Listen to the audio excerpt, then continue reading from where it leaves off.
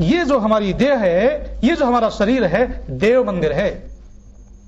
परमपिता परमात्मा ने ऐसा कहते हैं कि फुर्सत के क्षणों में बैठ करके इस देह को, इस शरीर को बनाया है। ऐसा उपनिषदों में कथा आती है कि जब प्रजापिता ब्रह्मा परमात्मा जीवों का निर्माण कर रहे थे, जीवों की देहों का निर्माण कर रहे थे, शरीरों का निर्माण कर रहे थे, जब मनुष्य की देह का निर्माण करने का समय आया तो मनुष्य से पूछते हैं परमात्मा कि तुम्हें कैसा शरीर चाहिए, और उसको अनेक प्रकार के शरीरों को दिखाया गया प्रजापिता ब्रह्मा के द्वारा। उपनिषदों में कथा आती है, ब्राह्मण ग्रंथों में, ऐत्रेय ब्राह्मण ग्रंथ में भी आती है। कहते हैं मनुष्य ने परमात्मा के द्वारा दिखाए हुए अनेक शरीरों को पसंद नहीं किया। घोड़ा दिखाया गया, हाथी का शरीर दिखाया गया, उसको पसंद नहीं किया, मना कर दिया कि नहीं। सबसे अंत में परमात्मा ने, प्रजापिता ब्रह्मा ने, ये जो शरीर है हमारा, 2 हाथों वाला, 2 पैरों वाला, मनन शक्ति, वाणी और पानी की शक्ति से युक्त, इस शरीर को दिखाया। प्रजापिता ब्रह्मा कहते हैं ये कुछ अच्छा लगता है क्या, ये पसंद है? वो मनुष्य कहता है कि हां ये अच्छा लगता है, ये कुछ अच्छा लगता है, ये दे दो हमें। तो कहते हैं जितने भी देवता थे, मनुष्य ने इस शरीर को पसंद कर लिया। तो मनुष्य ने इस शरीर को पसंद कर लिया, जीवात्मा इसमें प्रविष्ट हो गया, और जीवात्मा के साथ साथ उपनिषदों में कथा आती है कि अनेक देवता इस शरीर में प्रविष्ट हो गए। कहते हैं अग्निर्वाग भूत्वा मुखम प्राविशत, अग्नि देवता वाणी बनकर मुख में प्रविष्ट हो गया। और कहते हैं वायु प्राणो भूत्वा नासिके प्राविशत, वायु प्राण बनकर के नासिका में प्रविष्ट हो गए वायु देवता। और कहते हैं आदित्य चक्षु भूत्वा अक्षिणी प्राविशत, आदित्य सूर्य देवता चक्षु बनकर के आंखों में प्रविष्ट हो गए।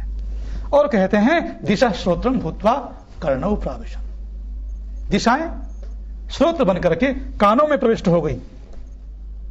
औषधि वनस्पतया लोमानी भूत्वा त्वचे प्राविशत, औषधियां और वनस्पतियां लोम बनकर के त्वचा में प्रविष्ट हो गई। चंद्रमा मनो भूत्वा हृदय प्राविशत, चंद्रमा मन बन करके हृदय में प्रविष्ट हो गया। मृत्यु अपानो भूत्वा नाभिम प्राविशत, मृत्यु अपान बन करके नाभि में प्रविष्ट हो गया। आप रेतो भूत्वा शिष्णम प्राविशत, और जल रेत बन करके, शक्ति बन करके जननांगों में प्रविष्ट हो गया। सभी देवताओं ने इस मनुष्य देह को अपना आवास स्थल बना लिया। इसलिए कहा गया कि यह शरीर देव मंदिर है।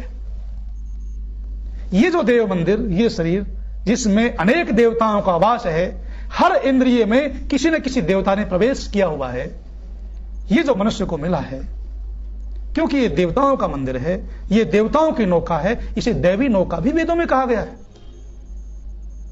दैवी नौका होने से, देव मंदिर होने से, अयोध्यापुरी भी शरीर का नाम है, अयोध्या होने से, और नाना प्रकार की अन्य प्राणियों से विशेषताओं के होने से इस मनुष्य शरीर को, इस मनुष्य के देह को सब प्राणियों से सुंदर, श्रेष्ठ कहा गया। परंतु मनुष्य होने के बाद भी आज यह स्थिति है कि मनुष्य सच्चा मनुष्य नहीं है।